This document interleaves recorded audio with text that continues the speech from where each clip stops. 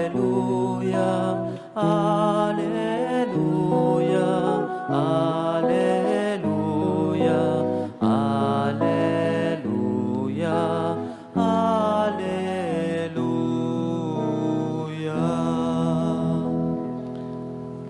Sumainyo ang Panginoon. At sumayo rin Ang mabuting balita ng Panginoon ayon kay San Lucas. papuri sa iyo, Panginoon. Si Maria ay nagmamadaling pumunta sa isang bayan sa kaburulan ng Huda. Pagdating sa bahay ni Zacarias, binati niya si Elizabeth. Nang marinig ni Elizabeth ang bati ni Maria, nagagalawang sanggol sa kanyang tiyan. Napuspos ng Espiritu Santo sa Elizabeth at buong galak na sinabi, "Pinagpala ka sa mga babae at pinagpala rin ang dinadala mo sa iyong sinapupunan. Sino ako upang dalawin ang ina ng aking Panginoon? Sapagkat pagkarinig ko ng iyong bati ay nagagalaw sa tuwa ang sanggol sa aking tiyan. Mapalad ka sapagkat ang pinasasabi sa iyo ng Panginoon." At sinabi ni Maria, "Ang puso ko'y at nagagalak ang aking espiritu dahil sa Diyos na aking tagapagligtas, sapagkat nilingap niya ang kanyang abang alipin at mula ngayon ako'y tatawaging mapalad ng lahat ng saninlahi. Dahil sa mga dakilang bagay na ginawa sa akin ng makapangyarihan, banal ang kanyang pangalan.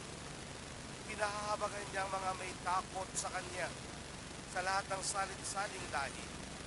Ipinakita niya ang lakas ng kanyang mga bisig. Pinangalat niya mga palalo ang isipan. Pinagsak niya ang mga hari mula sa kanilang trono at itinaas ang mga nasa abang kalagayan.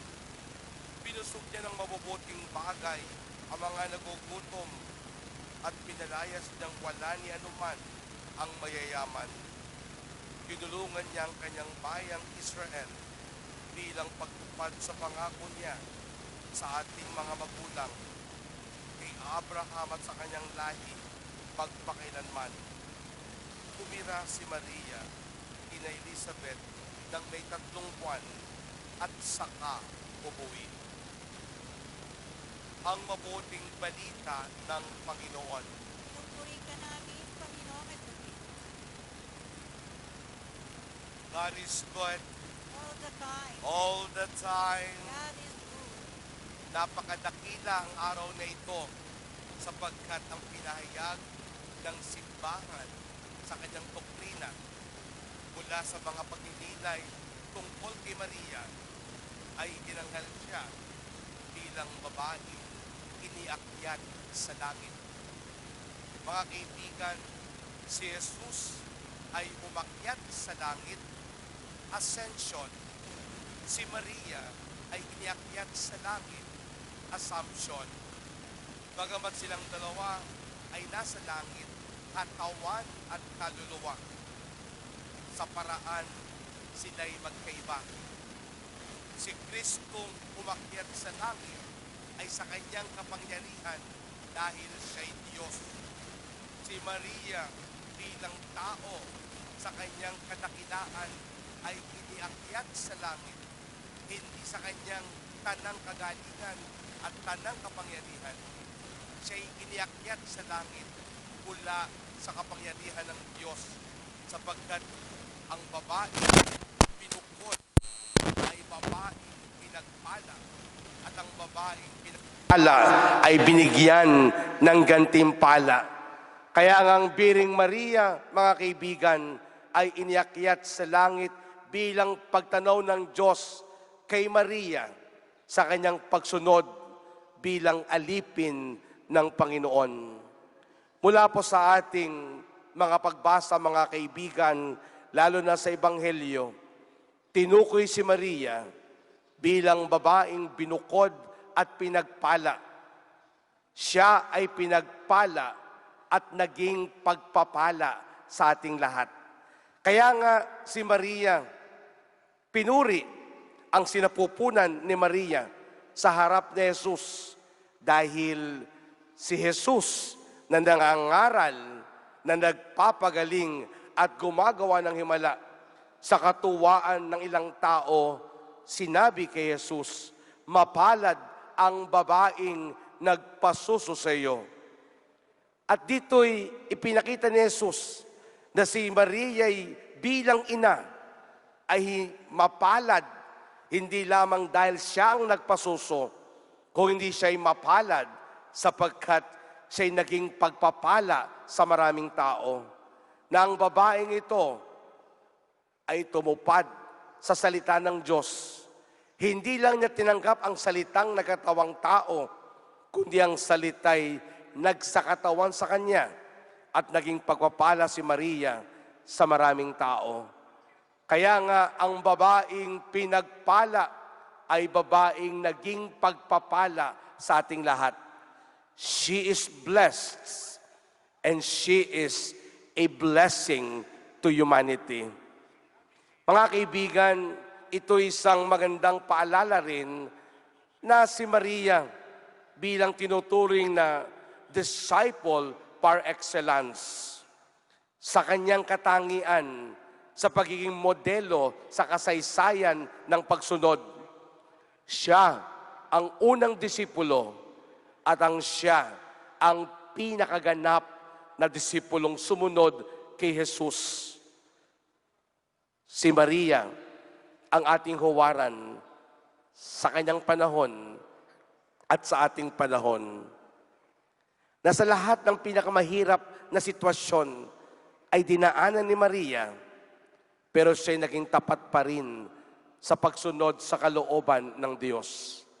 Na kahit sinabi ni Propeta Simeon, tatarakan ng balaraw ang iyong dibdib, sinuong ni Maria ang masalimuot na bahagi ng kasaysayan upang itawid at itaguyod ang pagliligtas ng Diyos sa sambayanan.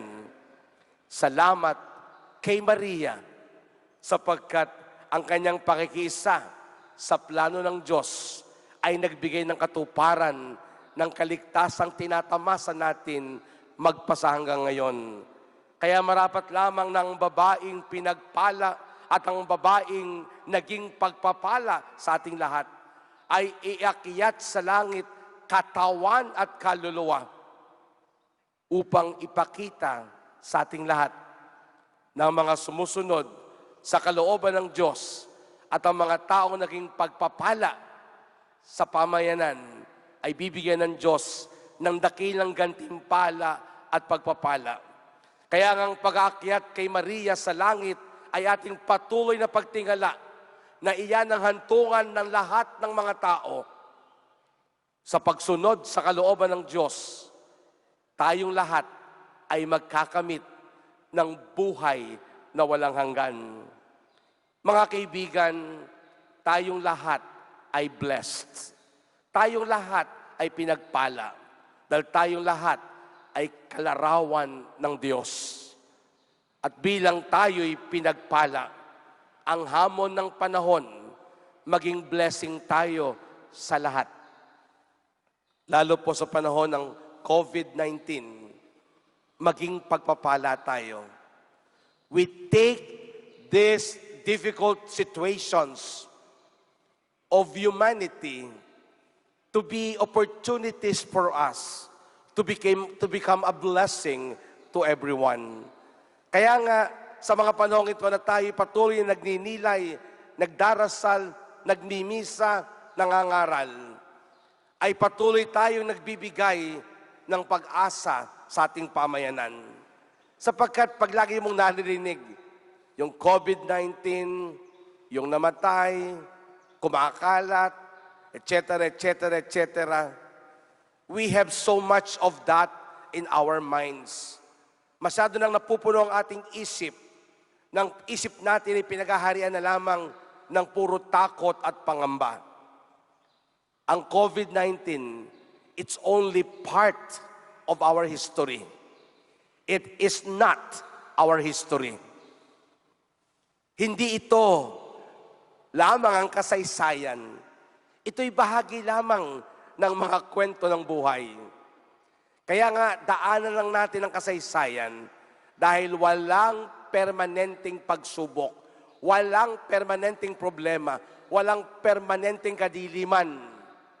Dahil sa ating karanasan, may liwanag at may dilim. Dahil hindi pwedeng ang mundo ay puro gabi. Ang mundo ay mayroong araw. Kaya nga tayo may dumadanas at dumadaan sa mabigat na pagsubok na ito.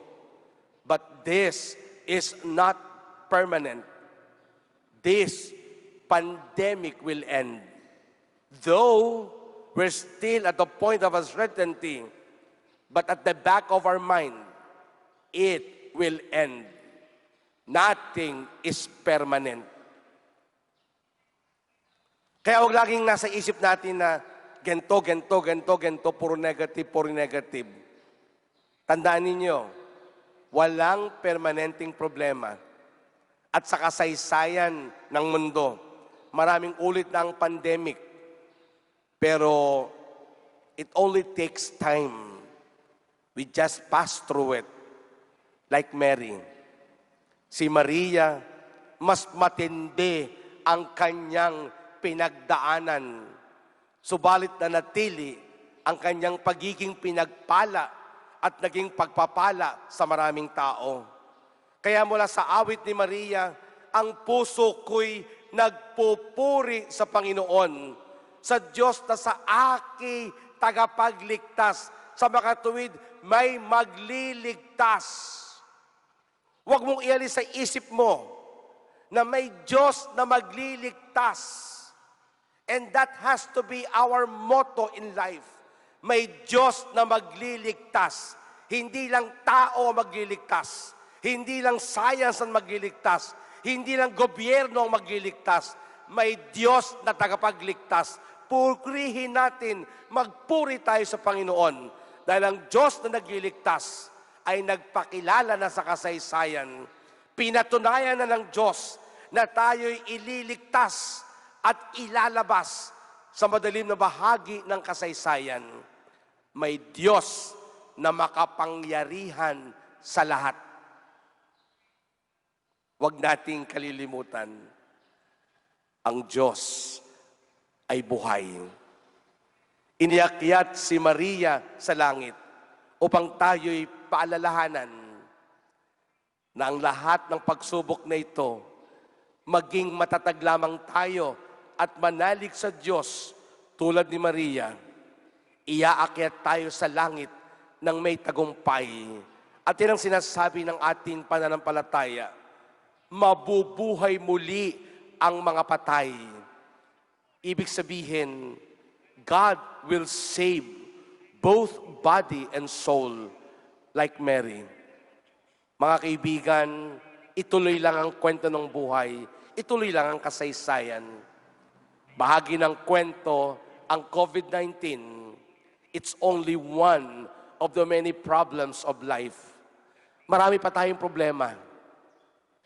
Pero marami na rin kayong nalampasan at maraming problema ay kwento na lang. Kaya nga sa mga susunod na araw at mga linggo, si COVID-19 ay kwento na lang. Kwentong pag-uusapan, kwentong pagninilayan. Sapagkat sa pinakadulo, mapalad tayo dahil tayo'y nakinig at nanalig sa salita ng Diyos. Amen.